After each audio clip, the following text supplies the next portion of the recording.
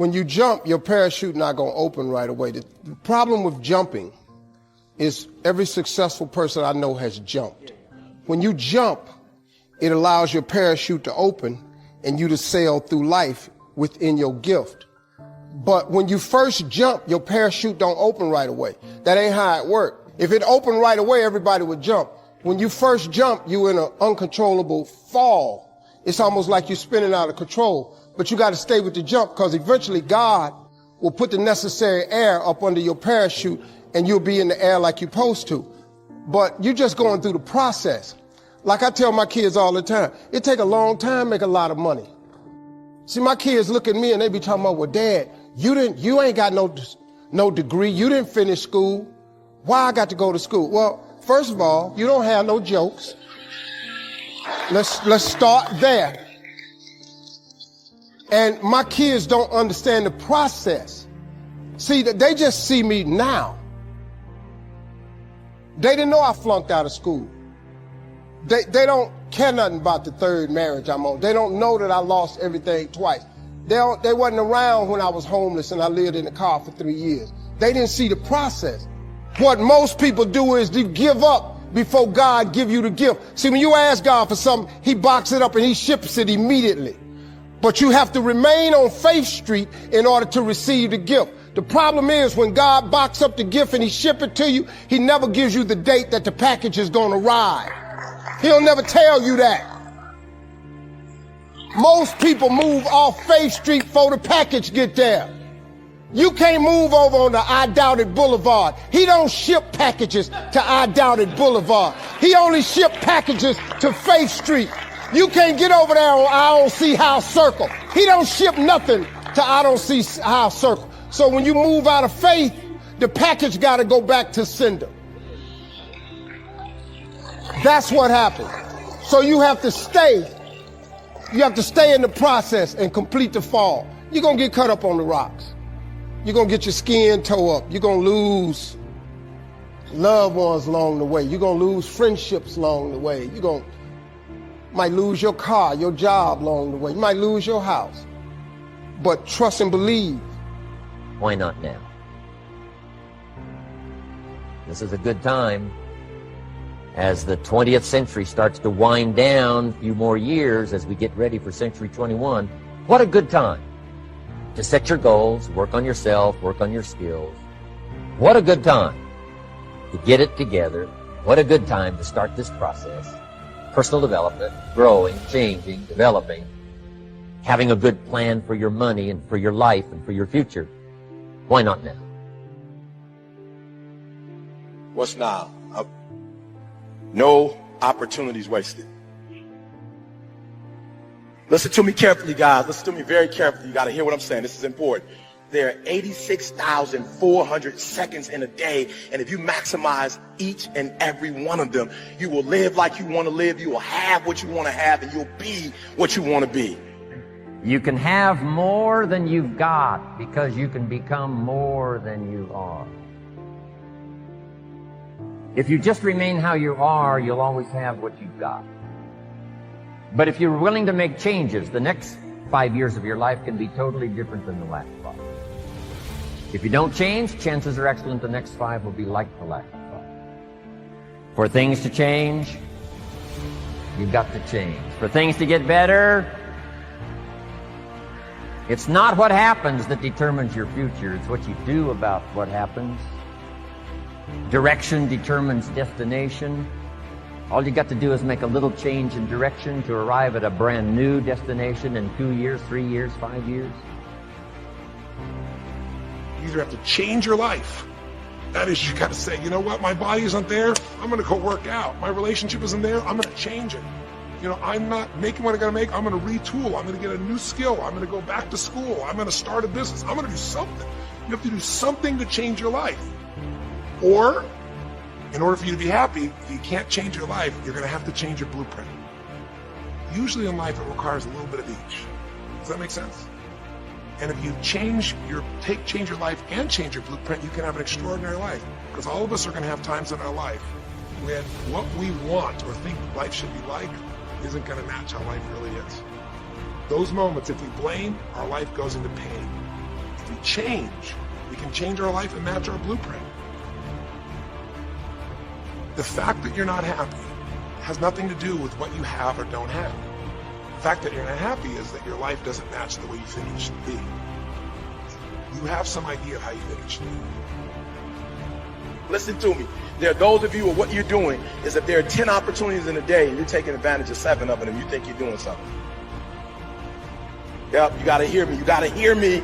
You only have 24 hours in a day, and you've heard me say this time and time again. The way you spend your 24 hours, it determines how you live. If you want the future to change for you, you've got to change. If you don't change, the next 6 years of your life is going to be just like the last 6. You'll still be behind on your bills. You'll still be behind on your promises. No opportunity wasted. Again, no opportunity wasted. If one of us can do it, hey, we all can do it. And now here's my last question. Why not now?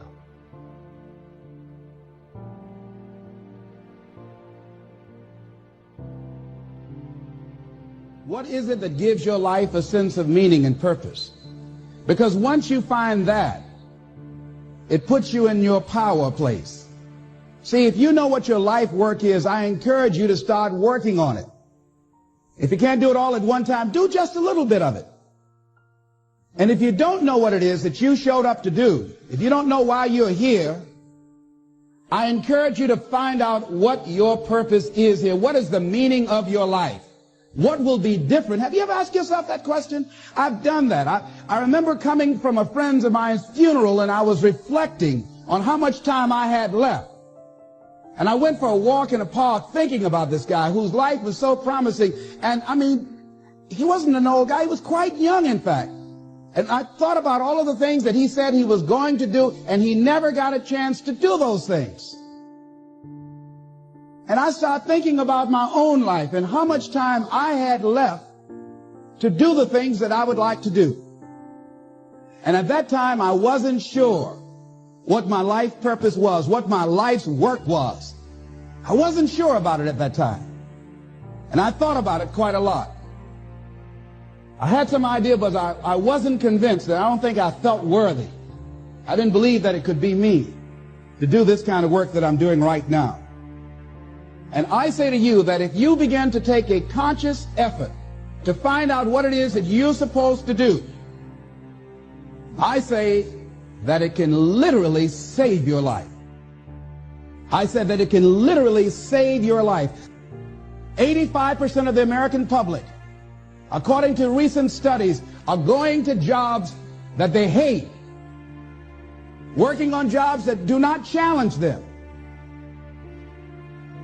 They get sick thinking about going. Because, see, when you go to a job and you already know how far you can go, you can already see that proverbial glass ceiling.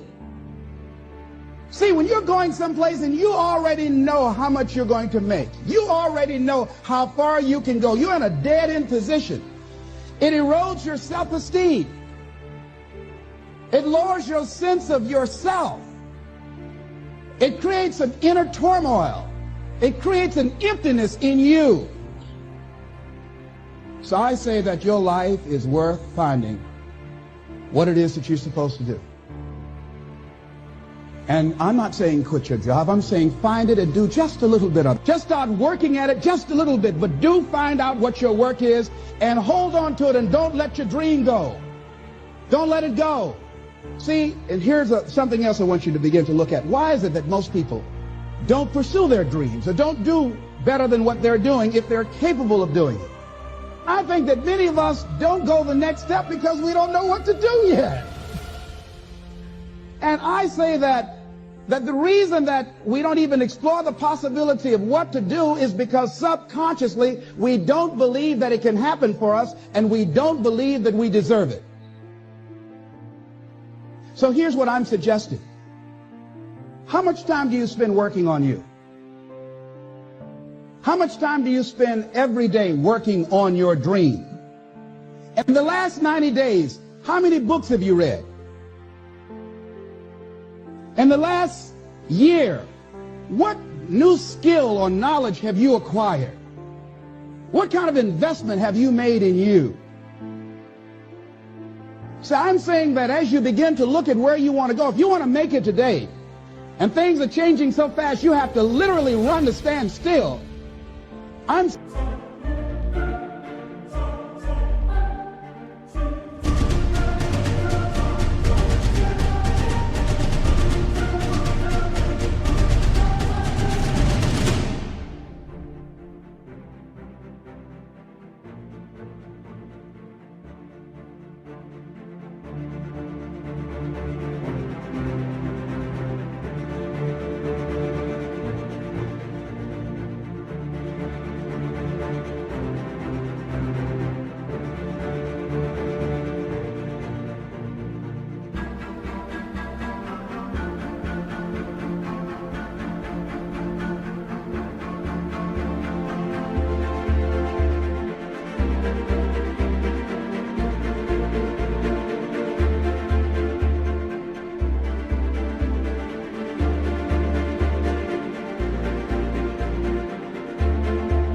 saying that you've got to make some conscious effort to begin to work to develop you.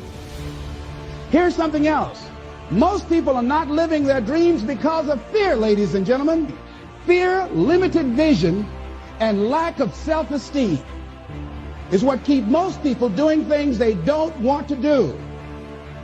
The same reason that people stay in relationships where they're abused or they're unhappy or it's unfulfilling. They can't see themselves beyond that relationship. They can't see themselves enjoying life without that person. They think that this is all that they can do. The same reason that people get stuck at a certain level in life. They can't see things being better for them. And they think that this is it and this is all they deserve. This is all they've ever seen. It's been passed on to them. And they think that this is it for them. Oh no.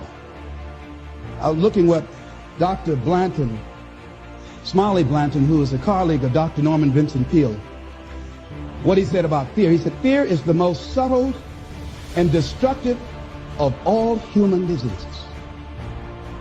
Ladies and gentlemen, fear kills dreams. Fear kills hope. Fear puts people in the hospital.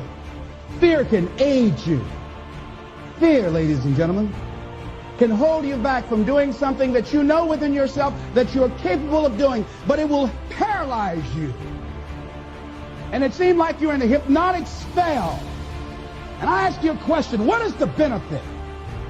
What's the benefit of allowing fear to hold you back?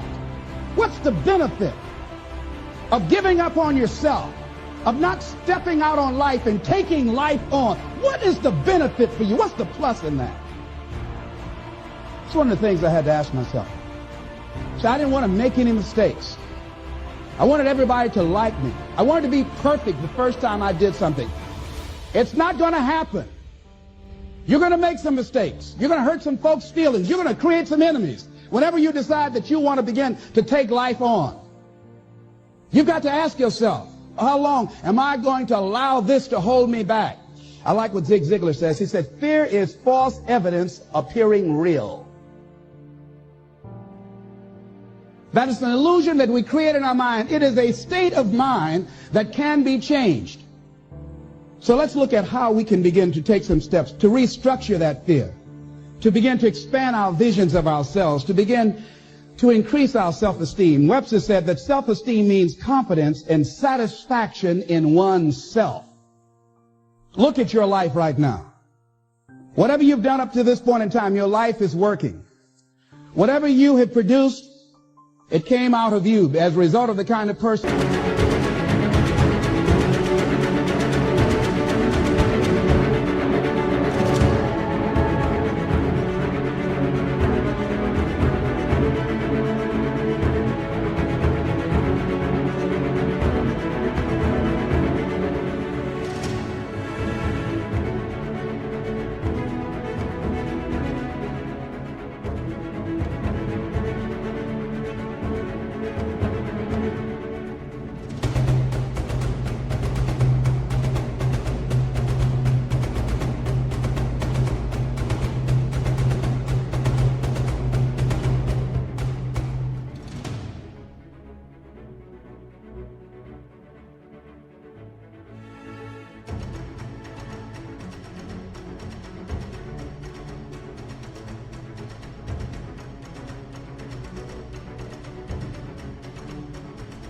that you have become. It's a result of your choices. It's a result of your consciousness.